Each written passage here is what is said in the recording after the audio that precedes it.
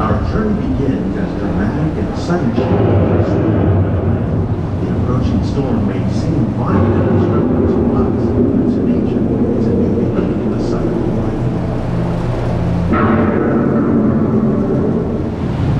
Beneath the surface of the lake, pools trap water from the flowing waters, extracting precious nutrients and minerals. These elements, when combined with sunlight, create the diverse living systems of our planet.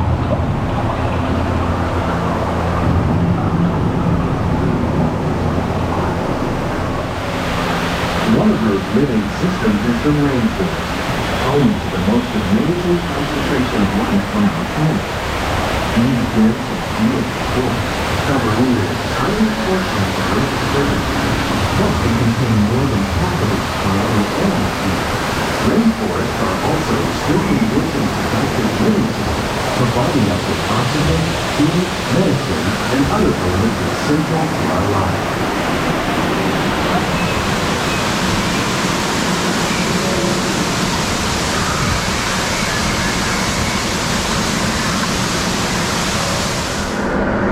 In the desert, nature has created a very different, but no less beautiful living system. And while this arid landscape may seem lifeless, it is very much alive. The plants and animals that have learned to survive in these harsh conditions make use of what little water they can find and avoid the scorching rays of the relentless sun. The American prairie once appeared as desolate as the desert.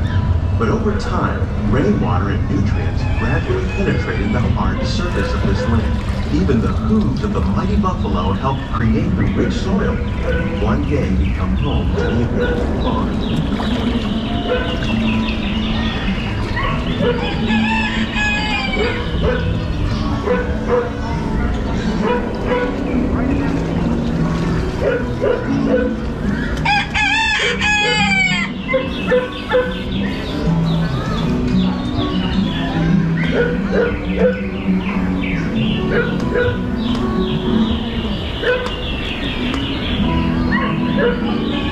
Of all the forces at work on the land, humans have had one of the most profound effects. The need to produce food for a growing world led to the enormous use and sometimes overuse of the land. In our search for more efficient ways to grow food, we often fail to realize the impact of our methods.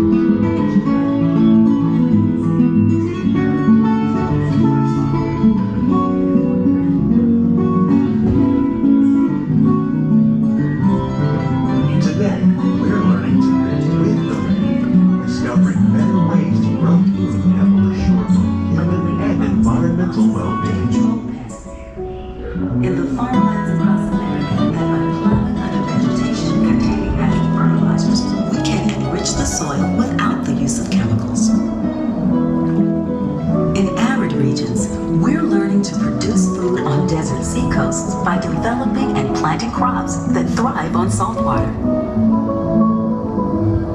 In Japan, we're learning that by mixing leaves and other living materials into our soil, we can make farmland more fertile without the need for chemicals. Here at Epcot, we're learning to reduce the need for chemical pesticides by breeding and using natural predators like ladybugs and wasps.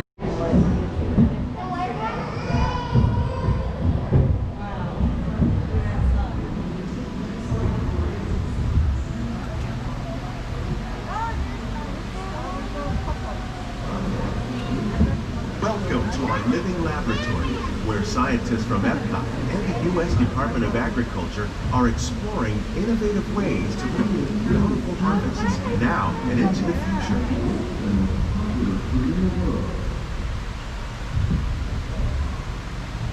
The tropics are home to the greatest diversity of plants on the planet. Many of these, like papaya, bananas, cacao, are well known around the world. These are just a few of the edible plants that have been an important source of nutrients for living in the tropics. Many are rich in vitamins and minerals, while others are well adapted to growing in less than ideal conditions. Some, like the water lily, thrive in wet, swampy areas and waterways. All parts of this plant, even the flower petals, are edible. The starchy root of the plant has long been used to make flour for baking.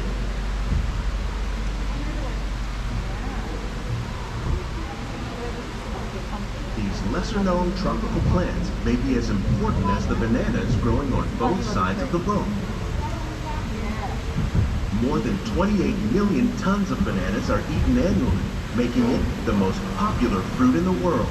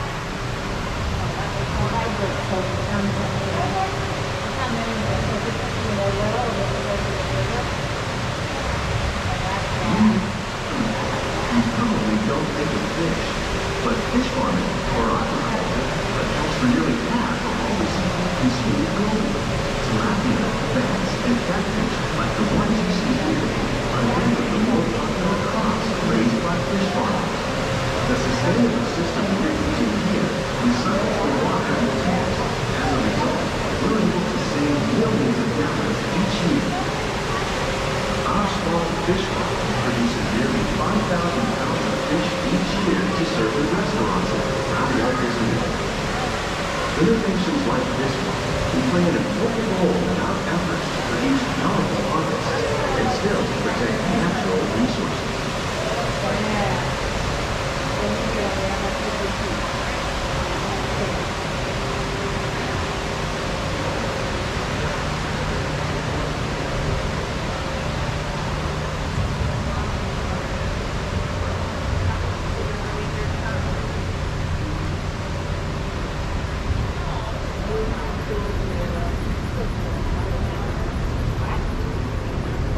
While there are more than 50,000 edible plant species in the world, most of us are only familiar with a handful that make up our everyday diet.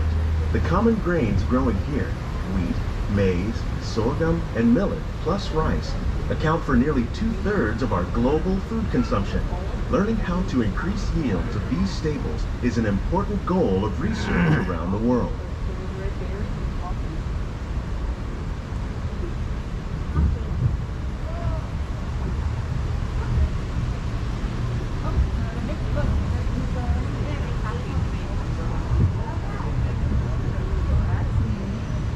These plants are definitely on their way up. Innovative growing techniques like these in fields, while more efficiently using resources like water, fertilizer, and pesticide. Another innovation at work here is our integrated pest management program. By populating our greenhouses with beneficial insects that prey on harmful pests, like aphids and flies, we are significantly reducing our reliance on conventional pesticides. We're growing these crops using our nutrient film system. This technique precisely controls and recycles water and nutrients. With it, we can produce over 27,000 heads of lettuce a year, all areas.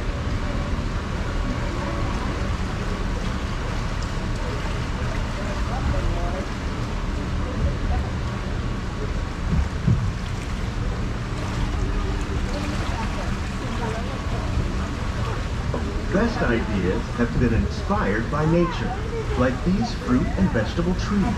By growing these ground vertically, we can increase yields and better control diseases. These crops taste as good as they look. In fact, we serve more than 15 tons of produce from our greenhouses in restaurants here at the land every year.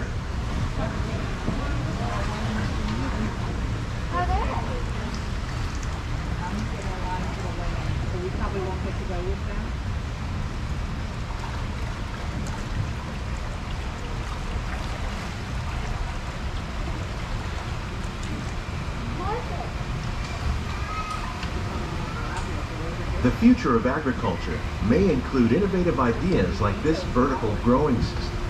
Plants grown in this way use up of the space required by traditional growing methods. That saves water and increases production. The aquaponics system on your left combines hydroponics with aquaculture. The fish provide a natural source of fertilizer for the plants, and the plants help keep the water clean for the fish. It's another great way to produce more while using less. In our lab, Epcot scientists are working with the U.S. Department of Agriculture on a number of innovative projects. The goal of these efforts is to produce higher yielding and better quality plants.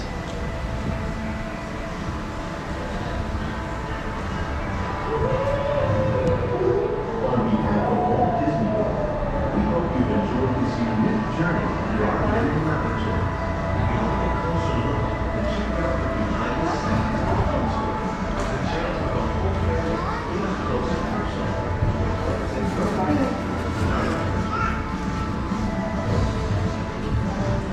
please put your hands and feet inside the boat and remain seated. These greenhouses represent just a fraction of the work being done worldwide to produce bountiful harvests for our growing population.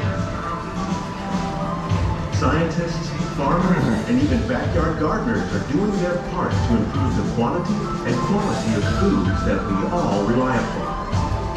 Together, we can continue to find more ways to increase food production and protect our precious natural environment.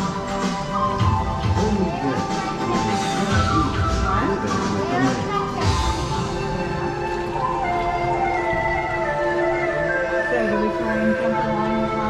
On behalf of Walt Disney World, we hope a unique journey through our living laboratories. If you'd like a closer look, then check out the Behind the Scenes walking tour. It's a chance for the whole family to get up close and personal with the plant and techniques in our laboratories. Please keep your hands and feet inside the boat and remain seated until the boat comes to a complete stop.